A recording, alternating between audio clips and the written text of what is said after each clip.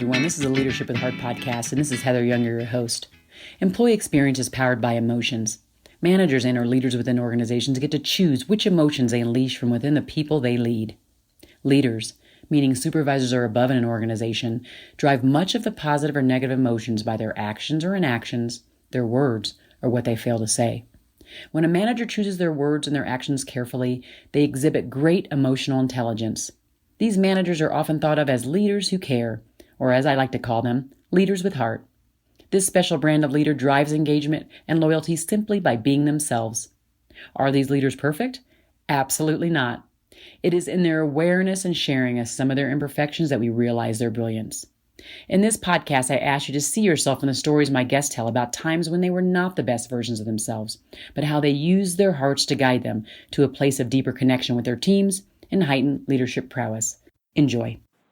Hi, everybody. This is Heather with the Leadership with Heart podcast. And today I am very excited to have Kimberly Loving on the call. And so I have her on the show because I wanted to celebrate and honor February for Black History Month. And I wanted to get some really powerful leaders who are powerful and lead with heart. Yes, they can coexist. And so thank you, Renee Smith, for actually referring Kimberly. I'm thrilled to have you on. So welcome. Thank you. I'm really excited to be here. Thank you for having me. So where are you right now in your leadership journey? Yeah, so functionally where I am in my leadership journey in terms of positional, I work for the city government, the city of Seattle in Seattle, Washington.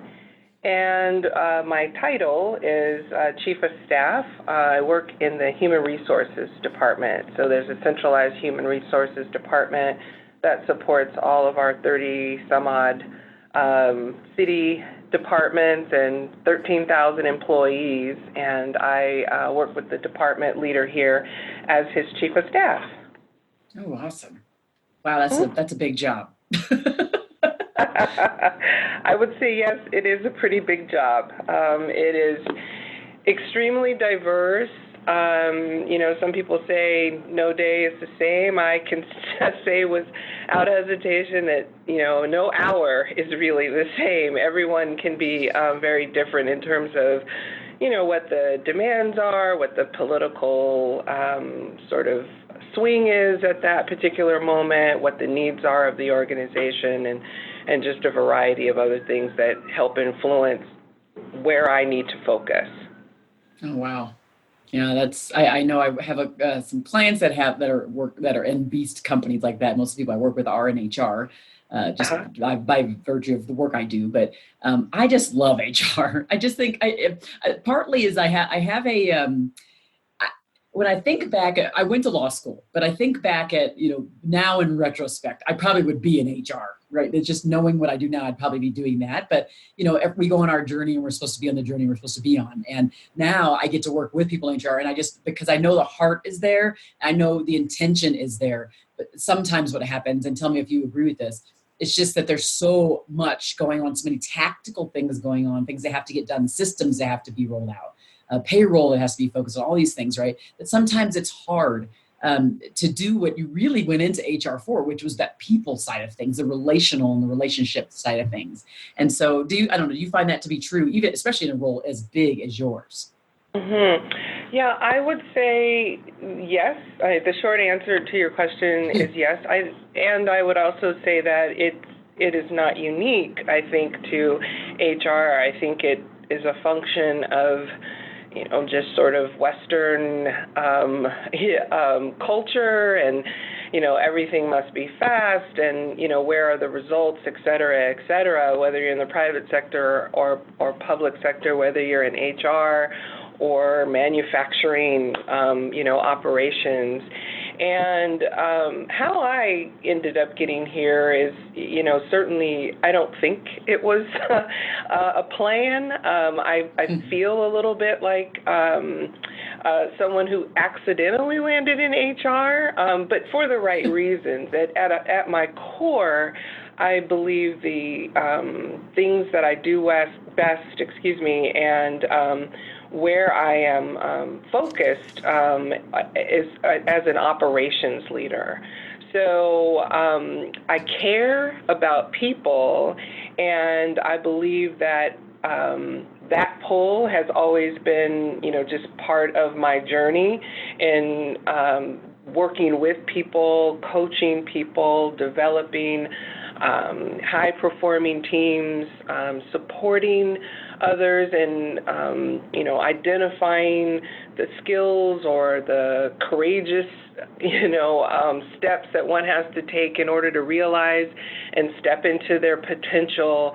I love that, and I am also a pretty linear thinker in that I love to problem solve and figure out how can an organization also best structure itself for the outcomes, whatever those outcomes are. And in this instance, certainly they are people outcomes.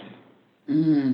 Yeah, so it's you have the view of people, like people is still a foundational focus for you, but because, and again, in these cases where you're overseeing such large organizations, you have to have that kind of strategic framework system. All those things still have to be in place, and I totally get that. I mean, in this role, especially, it's not like when you're in a company of 200 people, obviously you have to be even more tactical because you probably have to do more of the day to day than maybe in a role like you, where maybe you have a bigger team.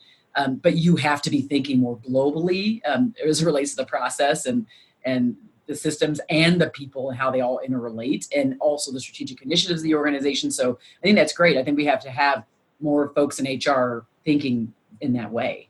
So I think so too, and I guess I would say at its core, irrespective of whatever job I've held throughout my career in whatever industry, the people are the thing that matter most. And the leaders that I have had the pleasure of working with throughout my career, the ones that I work with today, they hear me over and over and over, quite frankly, refocusing them, repointing them, constantly asking and checking in and reminding about it doesn't matter, how wonderful this strategic plan, may look, or, how excited we all are about it. If our people, right, our most precious and valuable, important resource, if we don't, number one, have the right people, if we're not feeding and developing and investing and placing them at the center and the core of everything that we do, we will fail. Wow.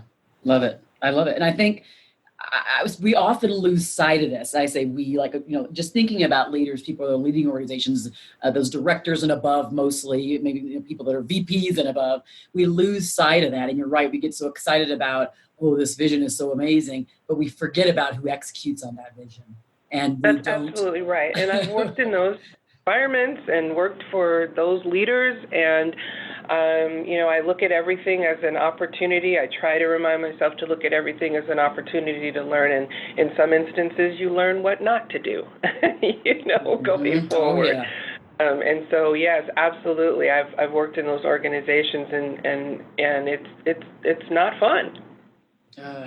Okay, I'm curious to know. So, what the people that report to you, direct reports? How many do you have? Direct reports, there are 7. Okay, and that's a nice amount. That's a nice little sum there. So, what would they say about your leadership style? What would they actually say about it?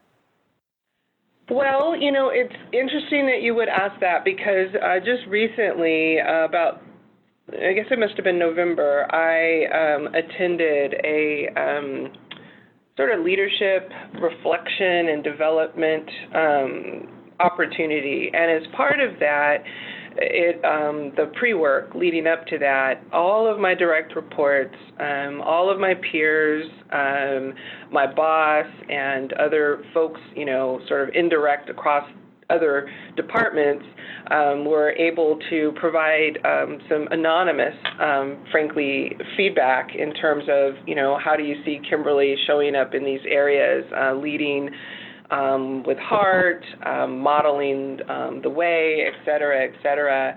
And the feedback, it brought me to tears, because you never know. I mean, at least I maybe am a little bit too critical of myself, but you think you're doing your best and you try to do your best and you are hoping that it's landing in a positive, impactful way. But it's nothing like seeing it in black and white. And some of the quotes that, people said about things that they did not want me to change was, please don't stop challenging and standing up for us and challenging the status quo. Please remain transparent and authentic. Continue to hold people accountable with that level of respect that you have. Remain a great listener and encourager. And so I could go on, but those are literally words from people that work directly with me every day. That's amazing. And that probably felt really good, because I know, I feel like sometimes it's nice to be validated. So I think about 360 I did a while back, and nobody has a perfect 360, and it was super humbling. It took me some months to really get over some of the feedback that was in there. And of course I would analyze it, because I'm trying to look at why how can I get better, and just why was it said, and all these things. And it was my people had really high marks, and kind of like what you're talking about. My colleagues were kind of somewhere, it was cold, warm, hot, it was all over the place depending on who they were. And then my manager, interestingly enough, he did not give me great scores, but he didn't give any of his direct reports, basically gave everybody Fs, but I was the highest of the Fs. It was the F plus. Gosh. And I was goodness. It was bad. Yeah, it's not a situation you want to be in, which is why I'm not in it. But it was just a really humbling experience to receive the positive, the neutral, the negative, and to really let it kind of run over me and take it all in. And so I bet you when you were reading that, it was just bring you to tears. That's amazing. That's that's just a great kind of process that they put you through in that training.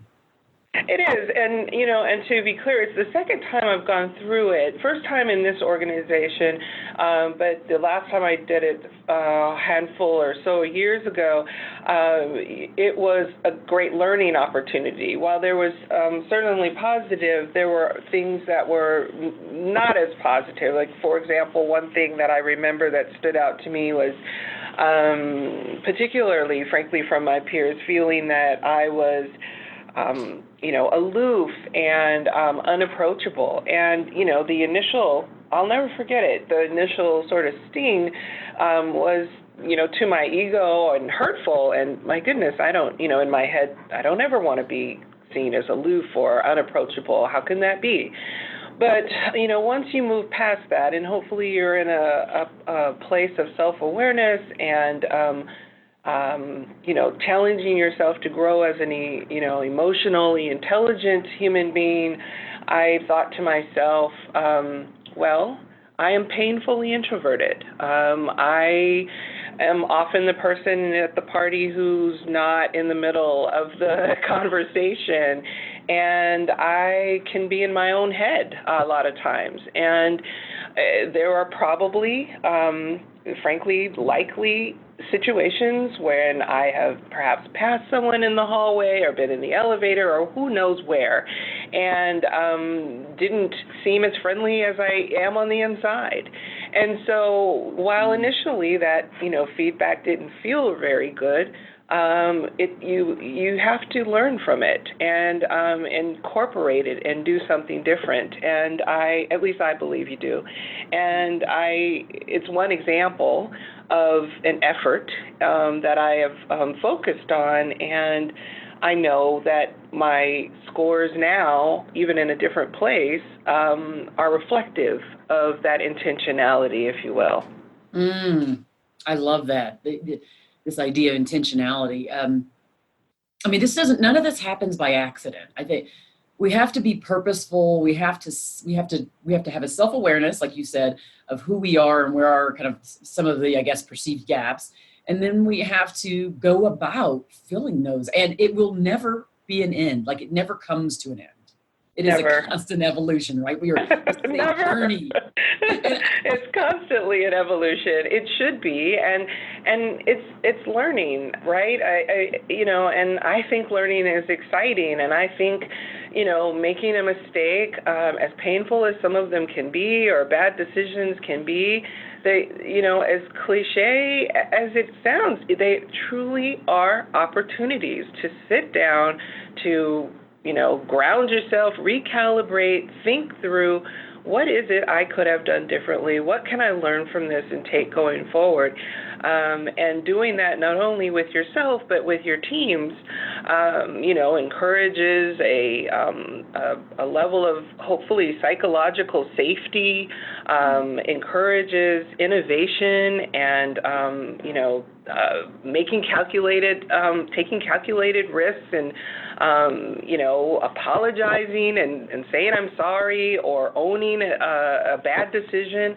All of those things are absolutely necessary in life's journey, frankly. And do you feel like becoming a more enlightened leader and moving in the direction of being more self-aware and being more intentional, do you feel like you're doing that has helped the organizations in which you work? So do you feel like it's helped with, reducing turnover, or are there like any things that you can point to? You say, this is something that happened specifically, or we've seen improvements in this. I'd be curious to know, what those might be.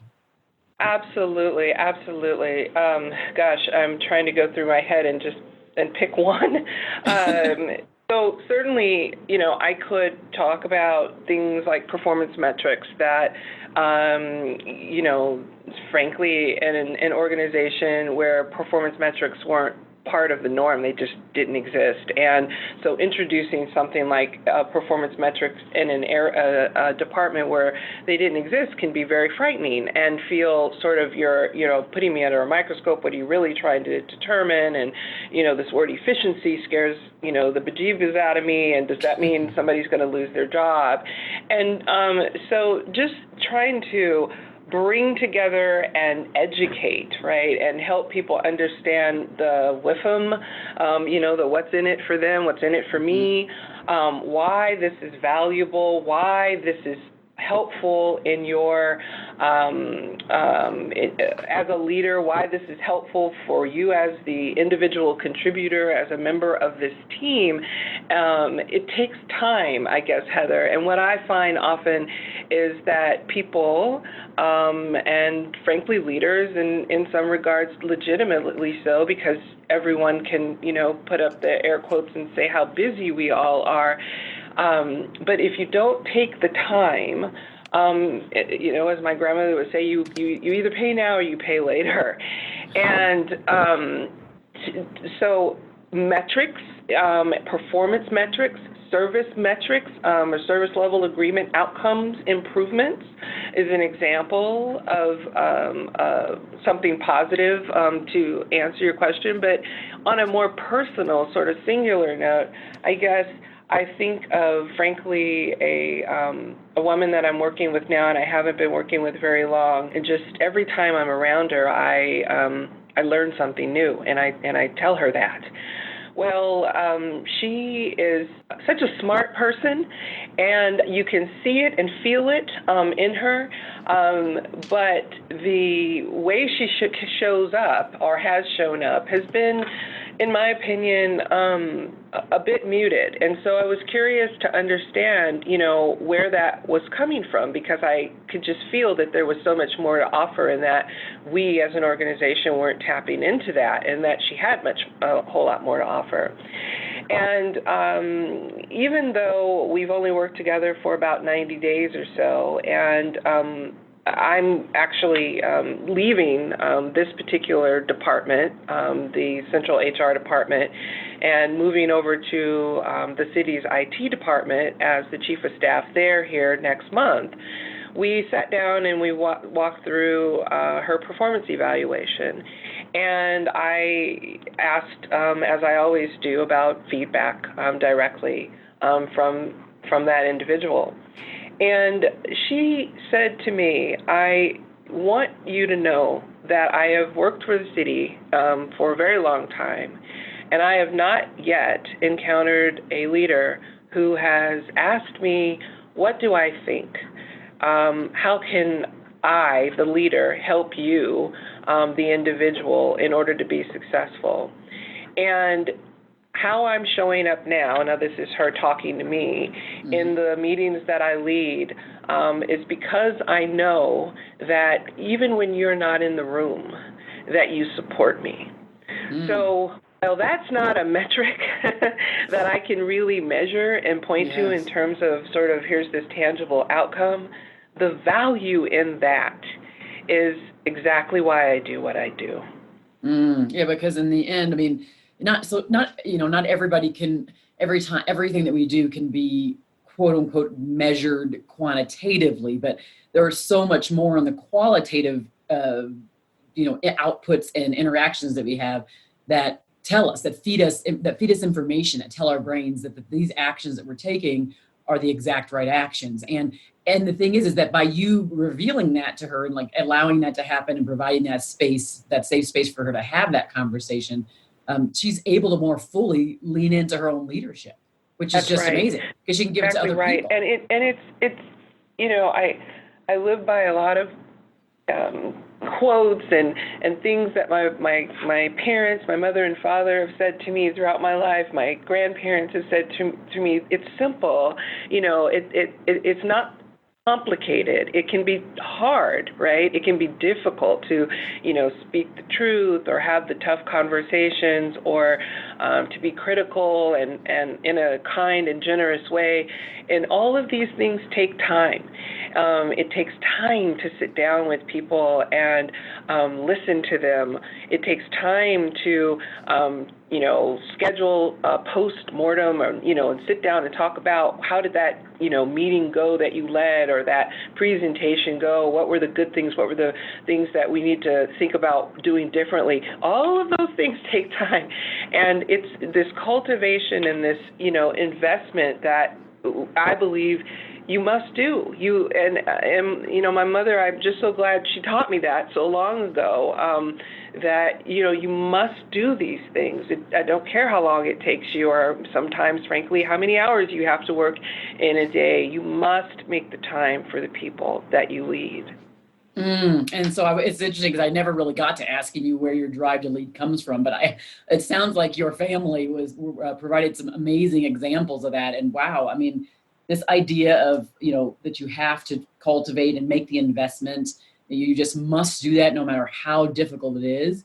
Boy, you think what we talked about earlier, it's like we want everything to go by quickly. I mean, we say our attention span is like, way shorter now. Everything has to be fast, delivered on a platter, all these things, right? And when you say this, you think about cultivation, it is like watering it and pruning it and watering it and pruning and spitting all those things that you think about. I always like that analogy of thinking about the trees or the plants and how we do have to take care of those and we have to prune them, we have to get the weeds out and we have to, all those things, right? And it's that process of pruning and that watering is that cultivation and seeding and all those things with the people that we lead. It's critical. That's absolutely right. And to yourself as well. I mean, as the leader as well. I mean, you must invest and prune and water and cultivate and reach out to your network and however one does that, and via your people, however you sort of feed and refill your own cup, if you will. Love it.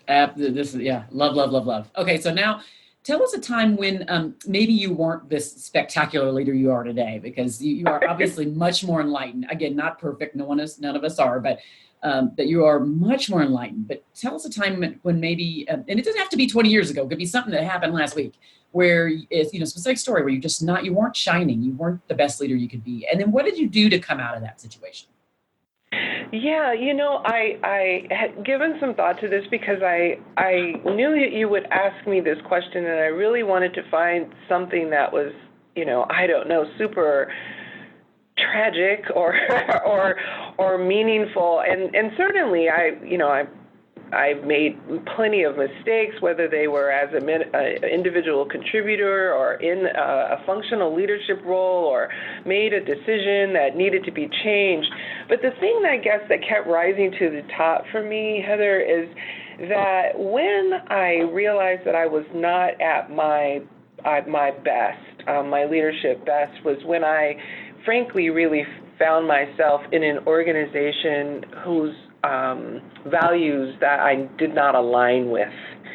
And so when you have your own set of core values and your own beliefs, and I'd be really happy to share my own leadership vision statement with you, because I think that's important to sort of know and ground yourself in.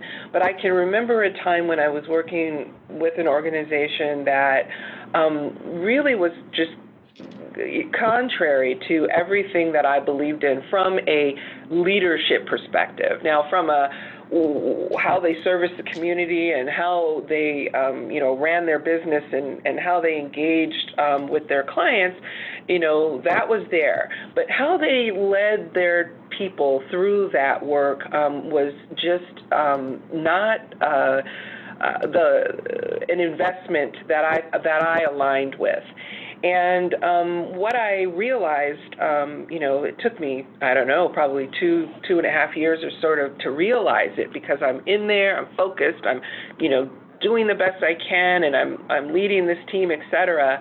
But there was something off for me, and I wasn't as committed as I knew I needed to be, and I didn't care as much as I wanted to, and it didn't have anything to do with the people themselves. But I know that, again, in retrospect, because sometimes when you're deep in it, you realize exactly what's happening, that I wasn't the best that I could be. Therefore, I certainly couldn't be the best that I could be for my team. And so I made a decision in leaving the organization. So I think that, that's really important to know what's important to you and where your values are, and how you want to align those things with an organization, so that you as the leader can also show up as your best self, because when you aren't able to do that, then your folks can't get the best of you, and they deserve that. Mm-hmm. So for those who are listening right now who may be kind of at a crossroads, and maybe be doing kind of in a similar place you were, just in that position, what might be some like pearls of wisdom you would leave them with? Something that could get them through the rest of the week, give them some motivation, some things to think about and focus on. Yeah. Oh gosh, so many. And I say this, respectfully to everybody who might hear it, that I do know that it is harder to do and easy to say. You have to be your own best champion, and you must believe in yourself.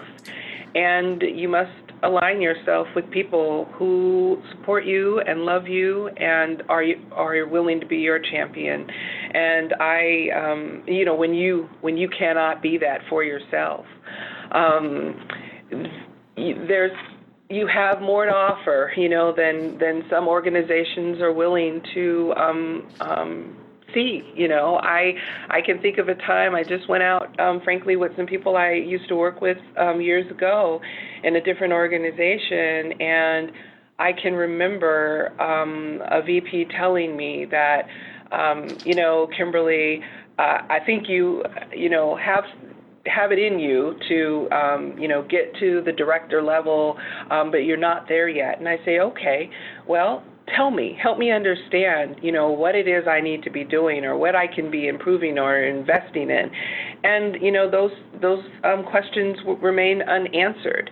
And so watching folks who sort of fit the mold move up throughout the organization was, hurtful and frustrating to me, and it was frightening and scary to think about stepping outside of an organization. It's almost like the crazy or the devil versus the one you don't know, but having that confidence to say, you know what, somebody's going to understand the talents and the gifts that I have to bring.